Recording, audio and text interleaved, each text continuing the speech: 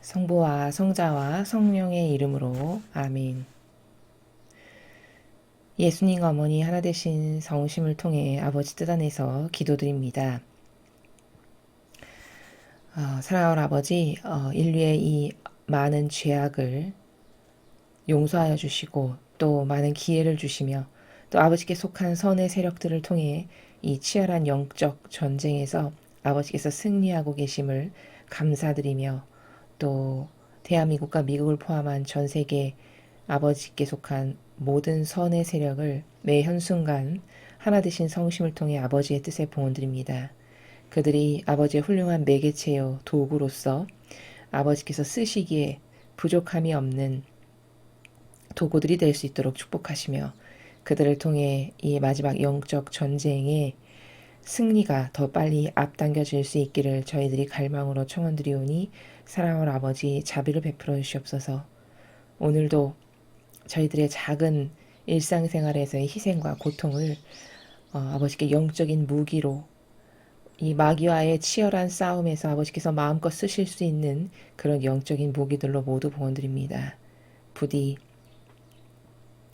사악하고 역겨운 전체주의를 하려는 이 인간의 마귀의 세력을, 인간 안에 살아가는 그 마귀의 세력을 어서 빨리 없애주시고 아버지의 뜻이 인류를 다스려 주시고 군림하여 주시옵소서. 이 모든 기도 우리 주 예수 그리스도의 이름으로 기도드리나이다. 아멘. 성부와 성자와 성령의 이름으로 아멘. 안녕하십니까. 하느님의 뜻 선교의 피아수녀입니다. 오늘도 성경에 나오는 복음 말씀을 통해서 여러분들과 함께 아버지의 뜻 진리의 말씀을 학습해 보도록 하겠습니다. 2021년 4월 21일 부활 제3주간 수요일입니다. 요한복음 6장 35절에서 40절까지 말씀입니다. 주님 영광 받으소서. 그때 예수님께서 군중에게 이르셨다. 내가 생명의 빵이다. 나에게 오는 사람은 결코 배고프지 않을 것이며 나를 믿는 사람은 결코 목마르지 않을 것이다. 그러나 내가 이미 말한 대로 너희는 나를 보고도 나를 믿지 않는다. 아버지께서 나에게 주시는 사람은 모두 나에게 올 것이고 나에게 오는 사람을 나는 물리치지 않을 것이다. 나는 내 뜻이 아니라 나를 보내신 분의 뜻을 실천하려고 하늘에서 내려왔기 때문이다. 나를 보내신 분의 뜻은 그분께서 나에게 주신 사람을 하나도 잃지 않고 마지막 날에 다시 살리는 것이다. 내 아버지의 뜻은 또 아들을 보고 믿는 사람은 누구나 영원한 생명을 얻는 것이다. 나는 마지막 날에 그들을 다시 살릴 것이다. 주님의 말씀입니다. 그리스도님 찬미합니다.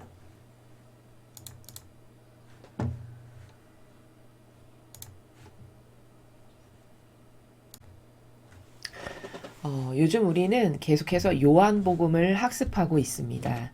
자, 오늘 이 복음 말씀도 어제 요한복음에 바로 이어서 나오는 말씀인데요. 이 요한복음에서 오늘 우리가 발견할 수 있는 것은 예수님과 아버지의 관계죠. 예수님과 아버지가 어떤 관계이셨는가. 우리는 이 관계를 영성이라고 합니다. 그래서 우리가 예수님이나 성모님과의 관계성 혹은 아버지와의 관계성을 영성이다. 영적인 아버지와 맺고 있는 성격이다 해서 영성이라고 합니다. 이 요한복음뿐만 아니라 다른 수많은 성경에서 예수님께서 스스로 밝히고 계시듯이 예수님은 아버지와 완전히 하나 되셨음을 수많은 곳에서 확인할 수 있습니다. 그래서 오늘 복음의 후미에도 보면 아버지께서 보내시는 일을 나는 잃지 않을 것이다. 이렇게 이야기하십니다. 이건 어떤 관계를 말하냐면 뗄래야 뗄 수 없는 불가분의 관계를 우리가 알 수 있습니다. 우리는 세상에서도 예를 들어 부부다. 그러면 하나 된 관계가 기본이죠. 결혼으로 맺어진 사랑으로 맺어진 부부다. 그럼 그건 당연히 기본 베이스가 뭐냐? 하나 된 관계여야 된다는 겁니다. 그런데 그러한 인간의 하나 된 관계는 굉장히 변덕스럽고 때에 따라서 내 이익과 사사로운 감정에 따라서 수도 없이 달라졌다가 꺾었다가 변질됐다가 엎었다가 이런 것을 인간은 저급한 하나된 관계라고 유지하면서 살아가고 있는 것이죠. 그러나 예수님이나 아버지와의 그 영성의 관계, 또 성모님과 아버지와의 하나 되신 관계성, 또 성모님과 예수님과의 하나 되신 그 관계성을 보면 거기는 도저히 뗄래야 뗄 수 없는 불가분의 관계로 완전히 용해된 상태임을 발견할 수 있습니다. 오늘 복음에서도 예수님께서는 얼마나 아버지와 하나 되셨는가를 확인할 수 있는 것이죠. 그럼 이게 바로 신적인 질서인데, 이런 것이 신적인 세계의 천상의 나라의 보편적인 질서고 보편적 사고방식과 정신세계라는 겁니다. 그럼 우리가 이런 진리를 대했을 때 우리는 무엇을 깨닫고 발견해야 되는 것이냐면, 나는 이런 신적 질서나 진리와 얼마나 갭이 뭔가, 얼마나 많이 다른가, 이런 것을 발견하고 개선해 나가는 것이 우리가 진리를 배우는 다양한 목적 중에 하나고, 그 진리를 배움으로써 자꾸 새로워지고 영혼이 정화된다라는 것은 바로 이런 참된 질서는 이런데 나의 질서는 어떤 것을 반추해보고 다른 것을 개선하고 고쳐나가는 과정이 바로 진리를 배우는 목적이다라는 것입니다. 자, 여기 보면은 이 앞에 어제 복음에서 이제 막 군중이 밀려 들어가지고, 그럼 당신도 한번 입증해 보시오. 우리 조상들은 모세가 주는 만나를 먹었다는데, 훌륭한 예언자인 모세는 그렇게 만나도 내려주고 그러는데, 당신은 우리에게 어떤 표징을 보여줄 거요? 뭐 이런 식으로 막 따지죠. 그러니까 그런 인간적인 이상한 사고방식으로 착각 가운데 살아가는 인간의 병든 마귀가 장악해버린 사고방식을 예수님께서 하나하나 따져서 말씀하시면서, 그것이 아니라 그 만나는 너희들이 그렇게 훌륭하다라고 믿고 따르는 모세가 내려준 게 아니라 내 아버지께서 내려주신 거다, 이렇게 교정을 해서 자꾸 고쳐주시고 올바른 것을 깨닫게 하시죠. 그러니까 군중이 그럼 선생님, 그런 영원한 생명의 빵을 우리도 좀 주십시오. 그러니까 내가 바로 영원한 생명의 빵이다. 나에게 오는 사람은 영원히 목마르지 않고 배고프지 않을 거다. 이런 이야기를 하십니다. 바로 그 내용의 연장선상에 지금 나오는 이야기입니다. 그 군중에게 이제 예수님께서 이르시는 거죠. 내가 생명의 빵이다. 영원히 죽지 않을 생명의 빵이다. 나에게 오는 사람은 결코 배고프지 않을 것이며 나를 믿는 사람은 결코 목마르지 않을 것이다. 자, 너희가 그렇게 그럼 그런 빵을 우리에게도 좀 주십시오. 영원히 산다라고 하는 생명의 빵을. 여기서 예수님께서 영원히 사는 생명의 빵이라는 것은 육을 두고 하시는 말씀이 아니라 영혼을 두고 하시는 말씀이시죠. 영혼을 살리는 생명의 빵. 영혼을 새롭게 하는, 그래서 본연의 자기를 찾는 그런 생명의 빵을 말씀하시는 겁니다. 과거 광야에서 만나를 먹었던 너희 조상들은 다 죽었다. 거기서 죽었다라고 말씀하시는 것도 물론 육적으로도 죽었지만 그들의 영혼이 죽었죠. 예수님은 영혼을 두고 사실은 말씀하신 거예요. 영혼이 죽었다는 건 어떻게 확인할 수 있죠? 그들이 잘못된 정탐꾼 10명에게 동조하고 협력하는 바람에 광야에서 다 죽어버렸죠. 영혼이 패망한 겁니다. 가나안 땅에 들어가지 못하고 그렇게 영혼이 패망한 걸 말씀하시는 거예요.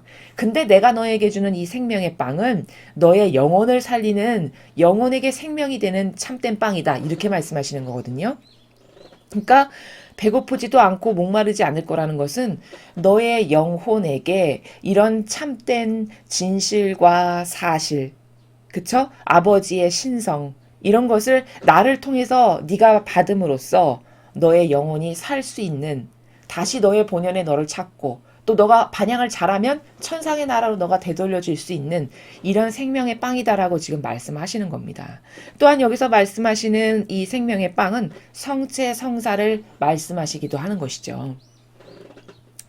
그러나 내가 이미 말한 대로 너희는 나를 보고도 나를 믿지 않는다. 자, 너희가 그렇게 생명의 빵을 얻어 누리기를 원하는데 그 생명의 빵은 너희가 그렇게 열성적으로 맹종하고 맹신하는 바리새나 율법학자에게 있지가 않고, 그 너희의 생명을 살리는, 너희의 영혼을 영원히 살게 하는 그 생명의 빵은 나에게 있다, 이 말씀을 하시는 거예요. 근데 나에게 있는데, 나에게 있다라고 나는 이렇게 말하고 증언하고 너희들에게 수많은 표징과 기적 사건을 통해서 내가 그런 것을 줄 수 있는 그리스도고 메시아라는 걸 입증했건만 너희는 날 안 믿는다. 이렇게 말씀하시는 것이죠. 그럼 제가 어제 강의에서 말씀드렸죠. 왜 안 믿을까? 왜 유다인들이 예수님을 믿는데 이렇게도 완고하고 고집스럽고 그렇게 어려울까? 그것은 이들의 사고방식이 잘못됐기 때문인 거죠. 사고방식이 잘못돼서 그 사고방식으로 통해서 뭔가를 생각하는 것은 다 오류투성이기 때문에 참된 진실과 사실인 예수님을 믿을 수가 없는 것이죠. 그럼 그들이 가지고 있는 잘못된 사고방식, 오류투성이인 사고방식은 어디서 온 것이냐? 그건 다 바리사이나 율법학자들로부터 전이된 거라는 겁니다. 여러분, 사고방식은 전이가 될까요? 안 될까요? 100% 전이됩니다.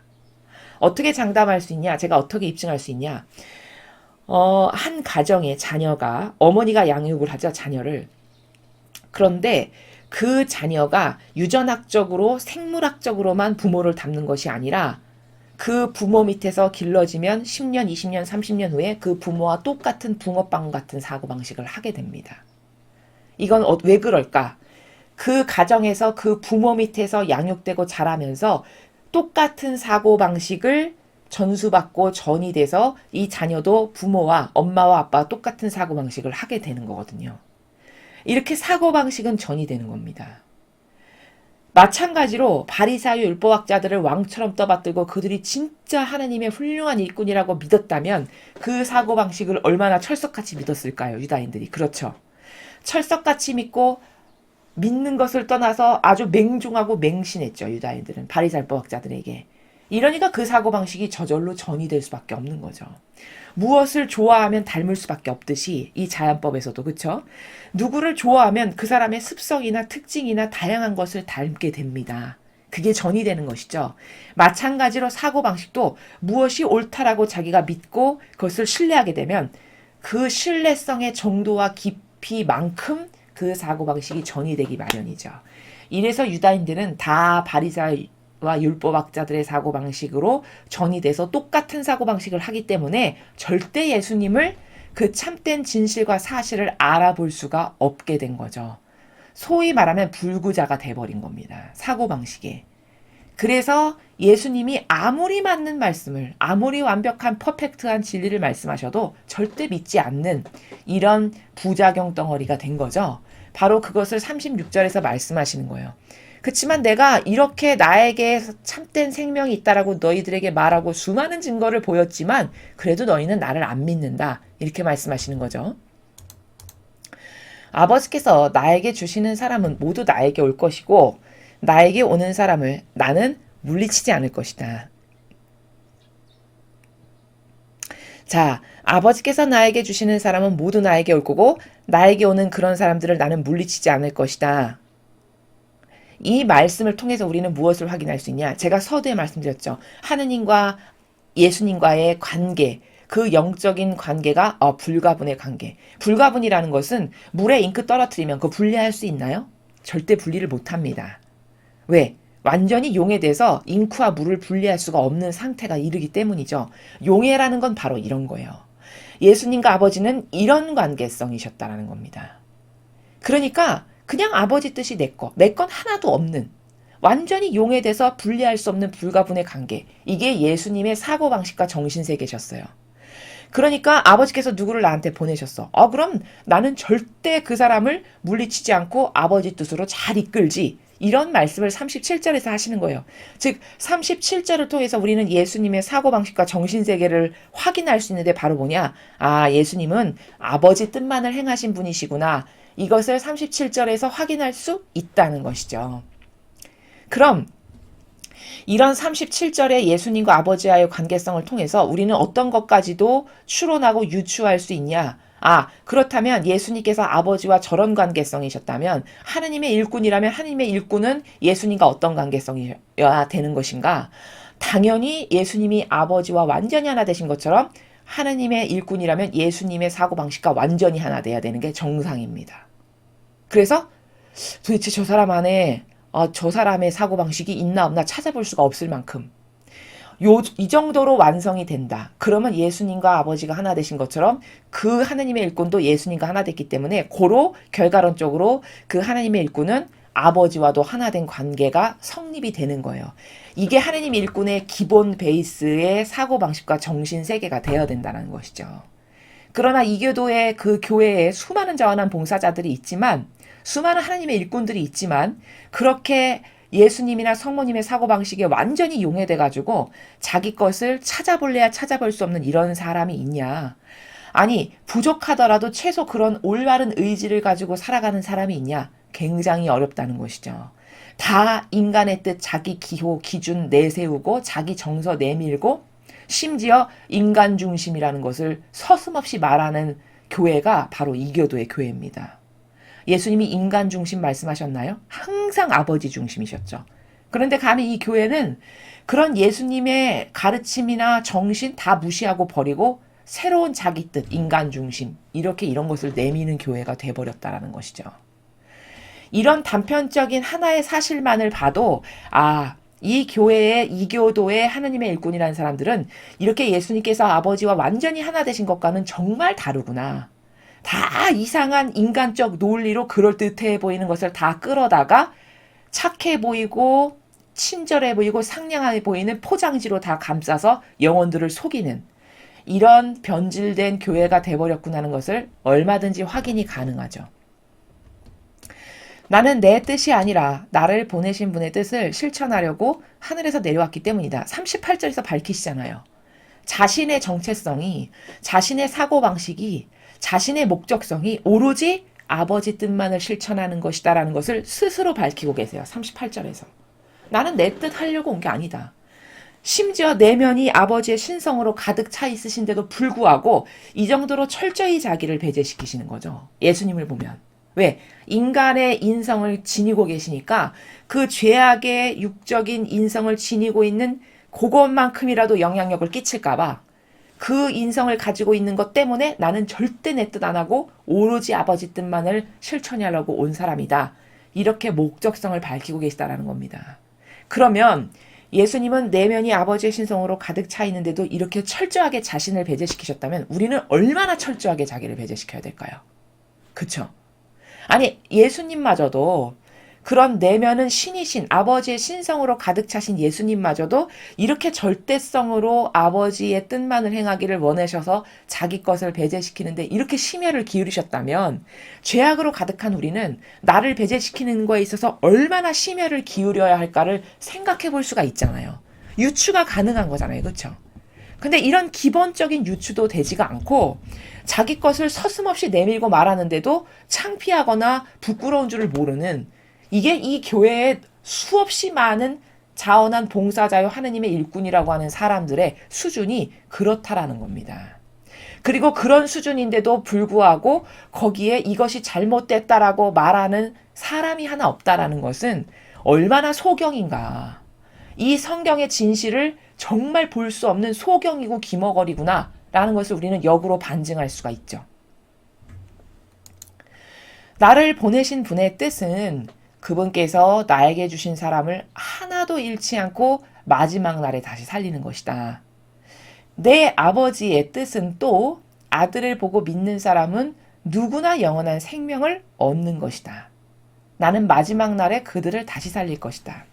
자, 여기 마지막 날이라는 단어가 2번 나옵니다. 39절에 49절에. 그러면 예수님께서 마지막 날에 다시 살리겠다. 이렇게 말씀하셨어요. 40절에도 나를 믿는 사람은 누구나 영원한 생명을 얻을 건데 근데 나는 그들을 마지막 날에 다시 살린다. 이렇게 말씀하셨어요. 그럼 이 마지막 날은 어떤 날인가? 라는 것을 알아야 되겠죠. 자, 이 마지막 날은 예수님께서 재림하셔서 오시고 난 다음 그래서 성경에 보면은 예수님께서 재림하셔서 심판을 하시면 그때가 되면은 찌른 자도 나를 볼 것이다 라고 말씀하시죠. 바로 그때 그렇게 재림하시고 난 다음에 이렇게 나를 믿어서 나와 하나 됐고 그래서 아버지와 하나 된 이런 영혼들은 그래서 그렇게 내가 재림하고 난 다음에 그들을 다 다시 살리게 될 거다. 이렇게 말씀하시는 나라입니다. 천상에 가는 방법은 다양합니다. 이렇게 재림하신 후에 살리는 영혼도 있고 예를 들면 뭐 성모님처럼 바로 승천하셔서 천상에 올라가시는 분들도 있고, 또 뭐 엘리야나 과거 구약의 에녹처럼 그 불마차를 타고 바로 들어 올려져서 천상의 나라에 가는 이런 케이스도 있고, 이것은 영혼이 하느님 아버지의 뜻에 어떻게 반영하느냐에 따라서 천상에 가는 방법은 이렇게 각기 다양할 수 있어요. 근데 여기서 다시 살린다라고 말씀하시는 이 나라는 그렇게 특별한 케이스로 뭐 불마차를 타고 들어 올려지거나 뭐 에녹처럼 이렇게 천상으로 직천당을 가는 경우나 아니면 성모님처럼 그렇게 천상의 나라로 바로 가시는 이런 것을 제외한 보편적인 법칙 가운데 놓여져 있는 영혼들을 봤을 때 그런 영혼들에게 통용되는 방법이 잘 반영한 영혼은 예수님께서 재림하시고 난 다음에 오셨을 때 그때 이제 천상의 나라로 갈 수 있게끔, 영원한 생명을 얻을 수 있는 그 나라로 갈 수 있게끔 내가 다시 살릴 거다 라고 해당하는 케이스가 지금 마지막 날에 다시 살린다라고 말씀하시는 39절과 40절의 나라다라는 겁니다. 모두가 다 이때 다시 사는 거는 아니라는 거예요. 천상의 나라에 가는 방법은 다 케이스 바이 케이스별로 다를 수 있다. 그러나 지금 39절과 40절은 보편적으로 예수님께서 재림하시고 나셔서 그래서 찌른 자도 나를 다시 보게 될 것이다 하는 바로 그 나라에서 심판을 받고 그때 이 영혼은 천상에 가기에 합당해, 나와 하나 됐고 아버지와 하나 됐어 해서 그런 영혼들은 그때가 되면 다시 살리게 될 거다라고 39절과 40절에서 말씀하시는 거다라는 겁니다.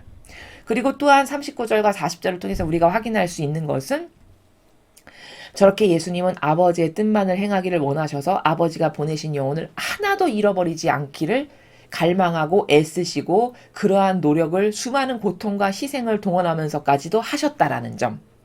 또 역으로 그렇게 예수님하고 하나 됐다. 어떤 영혼이 예수님의 정신과 가르침과 모범으로 하나 돼서 그 예수님의 사고방식을 나도 하고 예수님의 모범을 나도 하고 이렇게 한 영혼이 있다. 그럼 그것은 어떤 것을 반증하는 것이냐?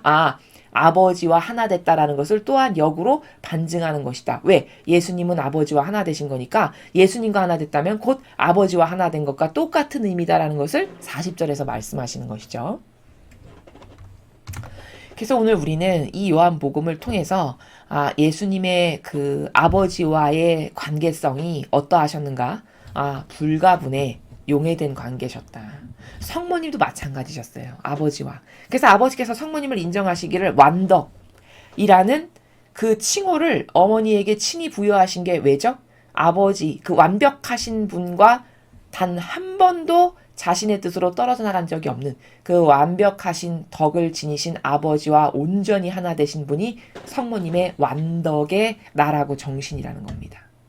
또 예수님과 성모님은 하나 되시기를 예수님의 사명이 곧 성모님의 사명이셨고, 그래서 마침내 그 사명이 완수되고 나니까 예수님께서 부활하시고 난 다음에 성모님을 찾아오셨을 때 어머니, 승리는 우리의 것입니다.